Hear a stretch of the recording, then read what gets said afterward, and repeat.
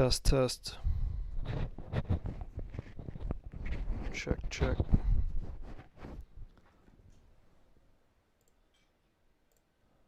All right. Thanks for tuning in. You're listening to Gnostic Studies.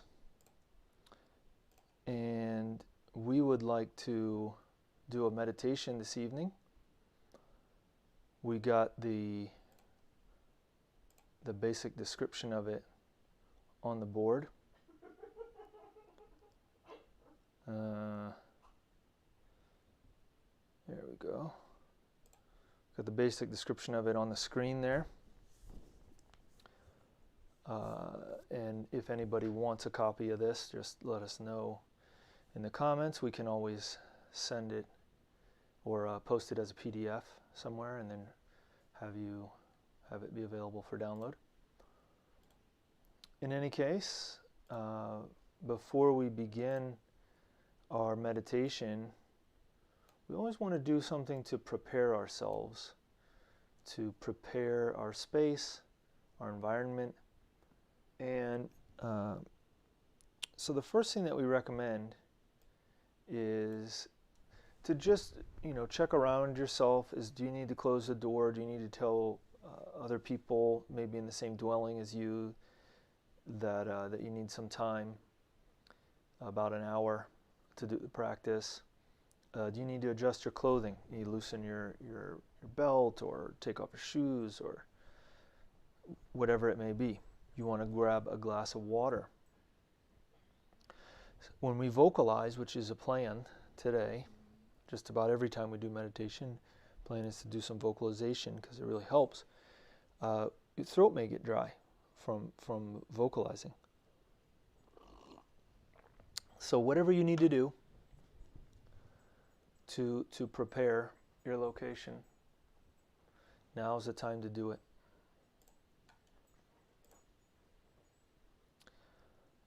Next step is to use a scent. It can be incense if you've got them, perfume, which means you can put some essential oils in a spray bottle. It doesn't have to be like brand name perfume, as we often understand that term in the United States. Or you can diffuse essential oils. And the ones that we recommend are the ones specifically to clean the environment. Juniper berry, I would say, is probably number one because it cleans the astral body of larvas. The goal right now is for us to remove any larvas that we may have on ourselves, that we may have picked up throughout the day, what we call astral larva in Gnosis, because that can hinder us from being able to quiet the mind. And so juniper berry, Palo Santo, copal, camphor, those are the main ones. And then benzoin also, but that one is a little bit harder to acquire. And I'm trying to think what the other one is. In any case, you just want to grab one, whichever one works for you. The Palo Santo is pretty nice because it's just a stick that you have to light, and then once it gets going, you can just allow the smoke to go throughout the room. I gotta grab a lighter here, so give me just a sec. But work on your scent if you're ready.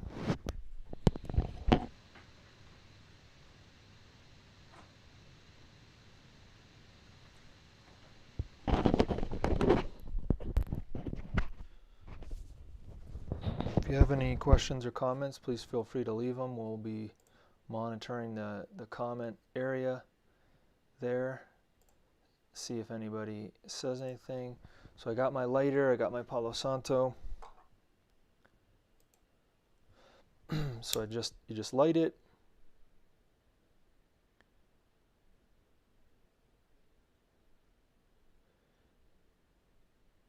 And you'd do the same if you had juniper berry,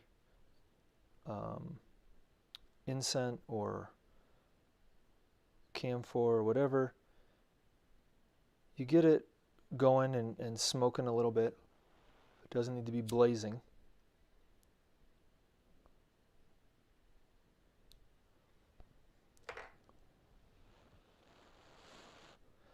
And then just wave it around yourself, around the area in front of you, the area to your sides, to your left and your right, behind your head, behind you. The other way to do it, if you don't want to wave it, is to set it down on something and then you move your body around it. So cleaning, that's the cleaning.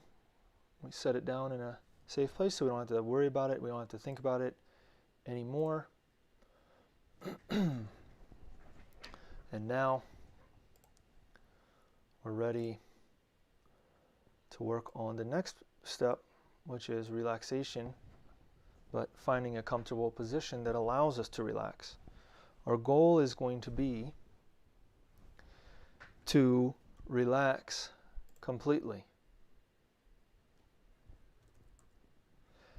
and allow ourselves to fall asleep physically, but the consciousness is still aware, so that we don't lose the awareness, but the physical body can fall asleep. That's the ultimate goal. The physical body is asleep, but we're still conscious, we're still aware of what's going on. In order to do that, we need to get a comfortable enough position so that we can relax. Now, if it's too comfortable, we may easily fall asleep and just nod off, so to speak. So what you want is to find a position that's comfortable enough, but not too comfortable. Comfortable enough so that your body's not giving you that feedback and saying that it's, I'm uncomfortable, my arm hurts, my leg hurts, I can't hold this, or whatever it may be. And then as long as you don't have that, then you can sit, relax in your position. So somebody asked a question, does Nag Champa work if that's all they've got? Well, Nag Champa is not necessarily cleaning, as far as I'm aware, so that it wouldn't work for the cleaning aspect, but you could burn a little bit, just a little bit to kind of change the environment. But the benefit of the cleaning ones is what we mentioned before, that they actually provide a change to the possibility that we may have larvas, astral larvas on us, to clean those off, because those can work with the mind. So juniper berry, like I said, is excellent for that, and they have pretty nice sticks of it. It smells really, really good. Or you can get juniper berry essential oil and diffuse it. But whatever you're able to do now, try that. So again, the point about relaxation is so that we can forget about the physical body and concentrate on the meditation aspect of it, not worrying about the sensations that are reaching us through the five senses, separating ourselves from that. So that's the goal. So some people like to sit on a chair. Some people like a recliner. That can be really helpful because it's half sitting, half lying down when you've got the thing reclined. But you're not completely laying down. Right now I have a computer chair that'll lean back a little bit. Probably not 45 degrees, but maybe 60 or something. And some people like to sit with their back against the wall, or to sit on the ground with a cushion. So whatever you're comfortable with, the important part is that you have to be comfortable enough to relax. The next thing that we're going to do is what's called a singles transmutation exercise. There's two of them. We'll talk about what they are so that you're aware. First one is pranayama, or alternate nostril breathing. The second one is called hamsa. We'll talk about hamsa first. It's a little bit easier. Basically, you inhale and you mentally pronounce hum, not ham, but hum. So if I were to do it out loud, just so that you understand, it would be, and then you hold the breath for a little bit, and then you exhale.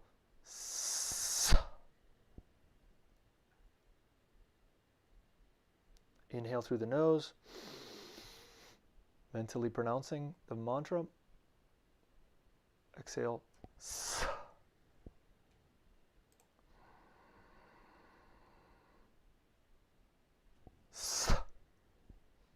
And the mic doesn't always pick it up, but you want to, when you say sa, it's like a s. So you got the teeth close together to make the s sound, and then when you do the s, you kind of open the mouth out of the s, like that. When you inhale, you imagine the creative energy, we're talking about the sexual energy, rising up the spine from the creative organs, up the spine through the tailbone, the sacrum, up the spine, all the way to the brain. And then it sits there in the brain for a little bit. And then you, when you say sa, you send that energy down to the heart. So we're making the brain more creative, and we want to make the heart more creative with this. So that's Hamsa. You just repeat that over and over again. So let's say if I do 5 in a row, this is what it would sound like on the outside. On the inside of myself, it's going to sound different because we're mentally pronouncing the mantra, right? Here we go.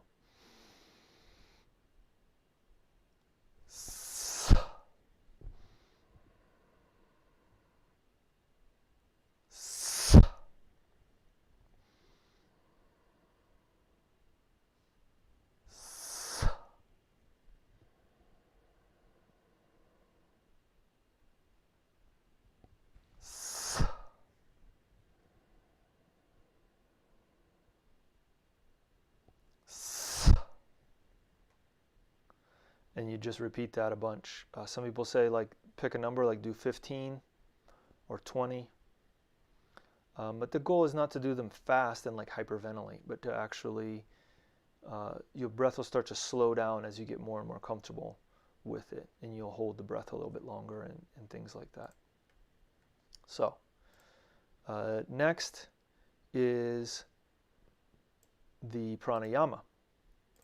If you've never done pranayama before, we'll go over it today for the first time for you, as if it was the first time for a person. It's a technique that's used, or we hear about it, and actually the term pranayama is from India. But this is a Gnostic type of pranayama called Egyptian pranayama. It's in a book called The Yellow Book, by Samaelo and Veor. He talks about it in there. There's mantras that go with it, but just if we don't know those, and we're not going to introduce it because it may be confusing at this point. So until we get comfortable with the procedure, we'll just do it like this. The basic idea is you inhale through one nostril, hold the breath, and then you exhale through the opposite nostril. So whichever nostril you inhale from, you always exhale through the other one. And you do this by blocking the nostrils, which you can do with the finger. So you can use your thumb and your index finger. Some people like to use other fingers and do a mudra, a special hand posture. But I would just say try the thumb and the index finger of your dominant hand. So if the example on the screen, we inhale first through the right nostril. So I'm going to block the left nostril with my index finger. I'm going to use my right hand. Inhale through the right nostril. Block both nostrils, hold the breath.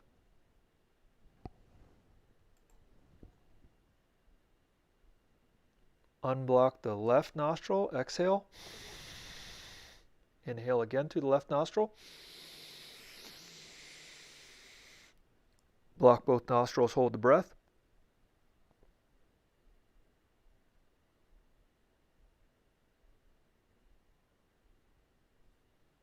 Unblock the right nostril and exhale. That's one pranayama. If I was going to continue, I'd inhale again through the same nostril. I'm not going to do it right now.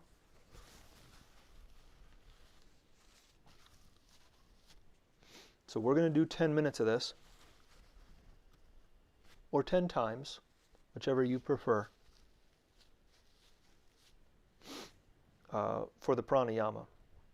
If you're doing hamsa, it's going to be a little bit different, and you can always alternate between the two, but I would recommend, if you're going to do that, to do, you know, a bunch of one and then switch and do the bunch of the other, but not to be switching back and forth all the time. But you do what you want. I'm just giving you my opinion on what would be useful. Okay. So now, before we begin, we can always pray, asking our inner divinity to help us with the practice, to protect us during the practice, and to assist us to do this practice in the best way possible.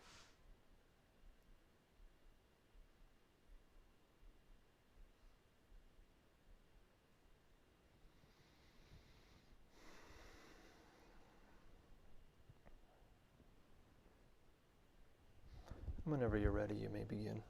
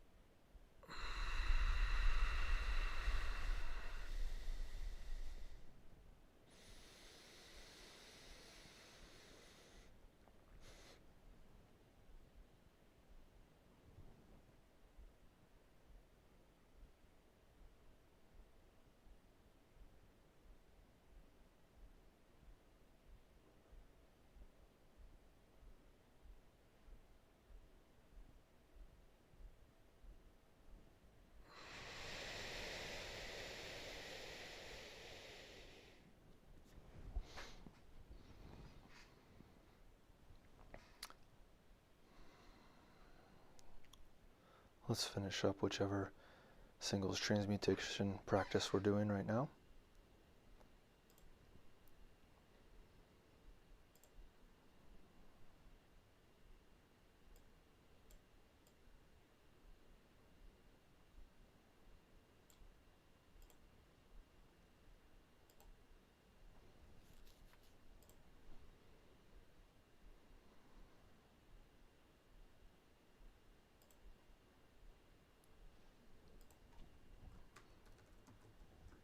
We have a question about pranayama. Does it help us avoid lustful temptations? That's correct. It helps us to transmute the creative energy. One of the reasons that we feel identified with lust instead of chastity is because we're not doing something with the creative energy. We need to do something with it, transmute it in one way or another. This is a singles transmutation practice. There's also a couples transmutation practice, which is where you connect the sexual organs together and you disconnect without the spasm, without the orgasm, and that allows transmutation of the energy. But we aren't always so lucky as to have someone that we can practice with, and so it's very important that everyone learn the singles transmutation practices. And another note is that women during their menstrual cycle, or I think it's 60 days during pregnancy and up to 60 days after, should not do transmutation practices because their creative energy is working on something else in those moments. So the next practice that we're going to do,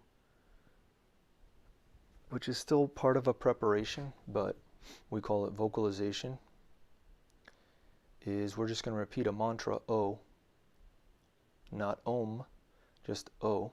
O is going to be related with the heart, so we can concentrate on the heart and visualize during the practice that the heart has a disc or a wheel that spins, like when you're turning the wheel of your vehicle, or somebody else is turning the wheel of the vehicle to the right to make a right-hand turn. So the way that the steering wheel turns when you turn to the right, that is how the disc spins. So if you imagine that in your chest, your heart, while you're doing O, that can assist that or facilitate that spinning of that disc in addition to this vowel O. The faculty that's associated with O is intuition. Intuition is extremely useful in the esoteric work because it allows us to understand things. It allows us to comprehend intuitively. We don't need the mind to intervene. It can be beyond the mind. That's the advantage of intuition. So now we're gonna vocalize, and I'll give you a demonstration of how we do that, but we'll do that for about 20 minutes, 25 minutes, and then we'll sit quietly. And so sitting quietly part, there's not going to be any instruction. When we're getting ready to end our vocalization, I'll keep track of the time. I'll just say 3 more times. At that point, we each do it 3 more times. The O, we just say O 3 more times, and then we sit quietly. While you sit quietly, as I mentioned, there'll be no instructions, but I'll give you now some ideas or what to do then. That's the actual meditation itself, and so that's the opportunity to concentrate on something if you want to investigate it, understand it better. Pray about something that you need help understanding, or a situation or an event that you want to comprehend. You can ask, pray for anything that you want. You can enjoy that peace and quiet, the stillness of the mind. If the mind still isn't quiet, you can mentally pronounce O and continue with the same practice, just not doing it out loud. You can also pray, for example, the Lord's Prayer, any prayer that you know, and just continue to pray in that space. reaching up or out to divinity, even though it's internal, but we're talking about this sort of outside of ourselves, outside of what we normally think of ourselves as.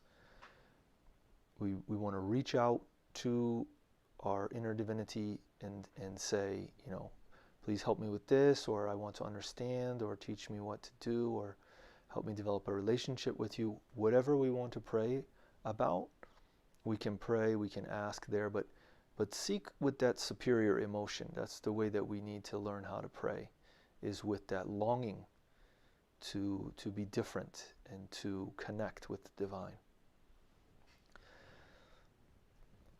But before we do that, we'll do our vocalization. The vocalization in this case is just one vowel, one letter. We would inhale through the nose, exhale through the mouth.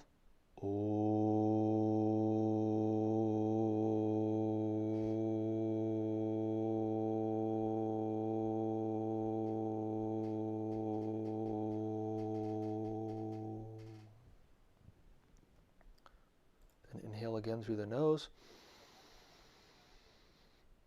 Exhale through the mouth.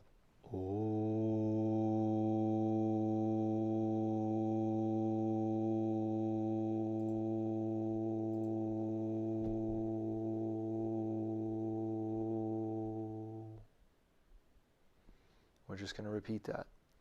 You don't need to do it at my pace. You don't need to do it at another person's pace that may be next to you.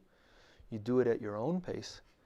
That is, developing that understanding of how your breath works and how when you relax, your breath will be able to extend longer.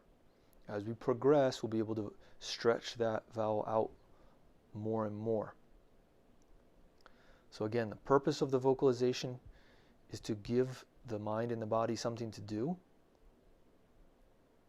give it a task, and then specifically for the mind, it's to concentrate on the heart, visualizing it spinning, a wheel, a disc or chakra, spinning like to the right, like we're turning the steering wheel of a vehicle to the right. And also to activate the occult faculties that are associated with the heart through the mantra, which is intuition.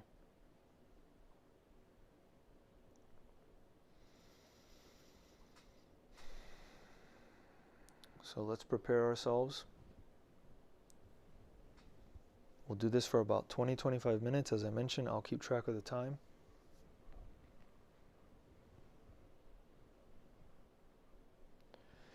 And again, we can always pray, asking our inner divinity for assistance, for protection while we do the practice, and for help doing it in the best way possible.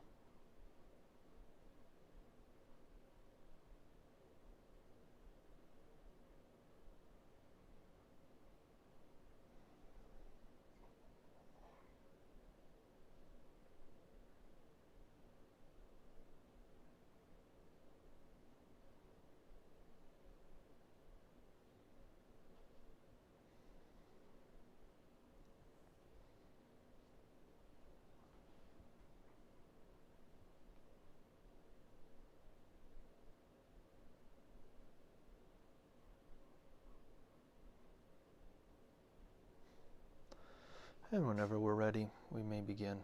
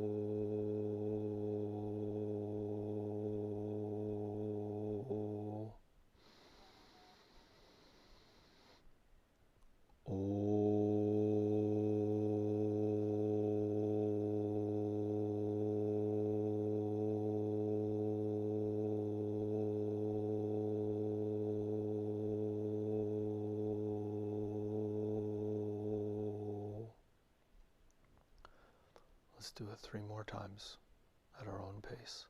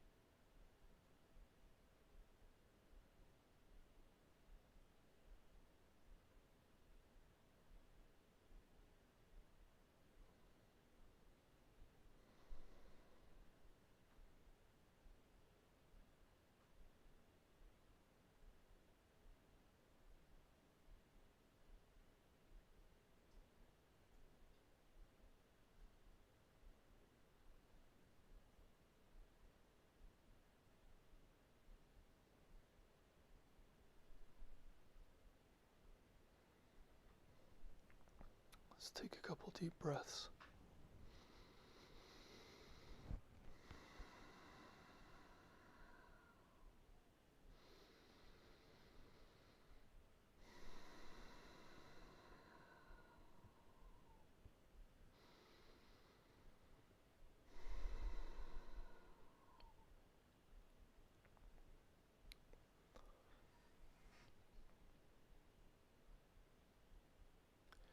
We can take this moment to pray, thanking our inner divinity for the help, the protection, the assistance that we received.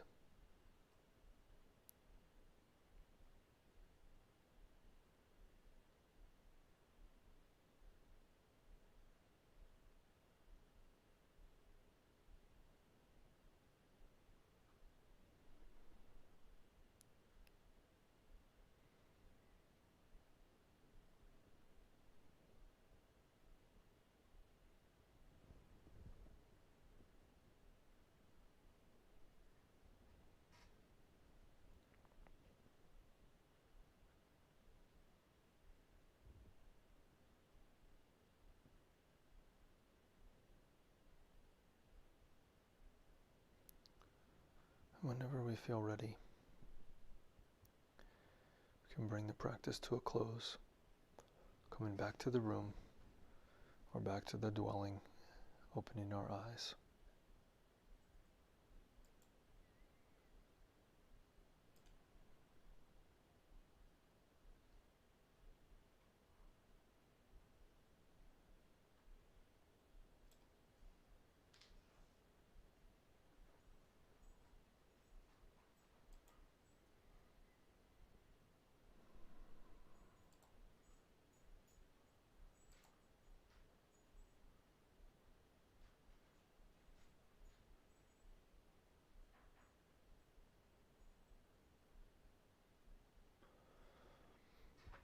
If you have any questions or comments, please feel free to leave them in the comment area. We want to thank you guys for your attention, for your participation today.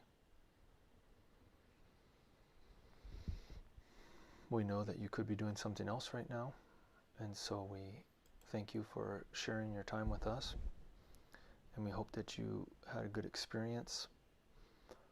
You can always do pranayama longer. You can do the vocalization longer. You can do the vocalization before you're falling asleep, like at night. And see, and just push it. You know, if you're dozing, you just keep going.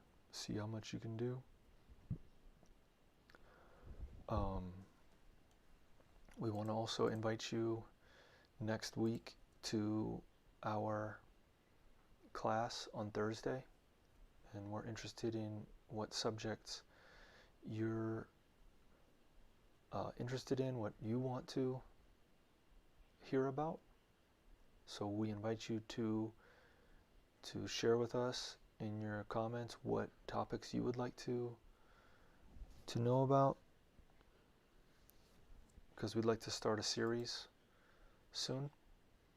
And we invite you to meditation next Friday as well, at the same time. So we want to thank you again for your participation. There will be class next Thursday, and there will be class or meditation next Friday. So we hope you can join us. And in the meantime, we wish you the best in your esoteric work.